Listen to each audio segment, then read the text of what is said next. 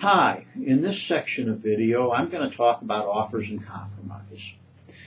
One of the things that we find in our office most frequently with people who owe a significant amount of money to the IRS is that they ask us whether or not they can just pay the tax and maybe get the IRS to waive the penalties and interest.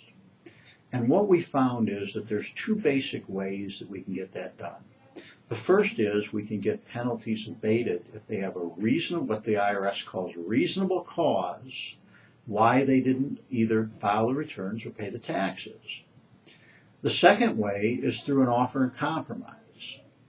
And an offer and compromise is a settlement agreement entered into by the taxpayer with the IRS to settle their taxes for what they can afford to pay rather than what they owe. And it doesn't matter how much you owe to do an offer and compromise. What matters is how much you can afford to pay. It's not based on a percentage. It's based on what your income is and what your expenses are, what your assets are. The IRS basically wants two things to settle your tax liability through an offer and compromise. First, they want as much as the value of your assets.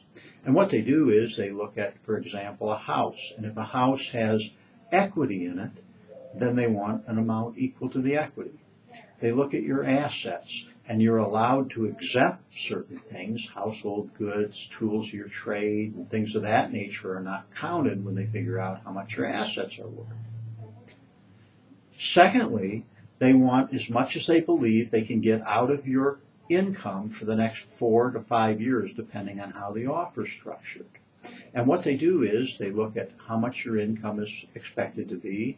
They have certain amounts that are allowed for living expenses, some geographic. For example, housing allowances are based on where you live. For example, if you live in New York City, they're going to allow you a lot more than if you live in a rural area that has a lower cost of living.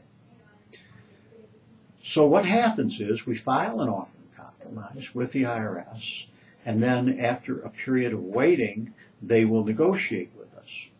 It takes an awful lot of paperwork, though, to do an offer and compromise. The IRS will take an absolutely close look and scrutinize your income, your expenses, and all the financial affairs that you've been involved in. To do an offer and compromise, you have to become totally transparent with the IRS. Another problem with an offer and compromise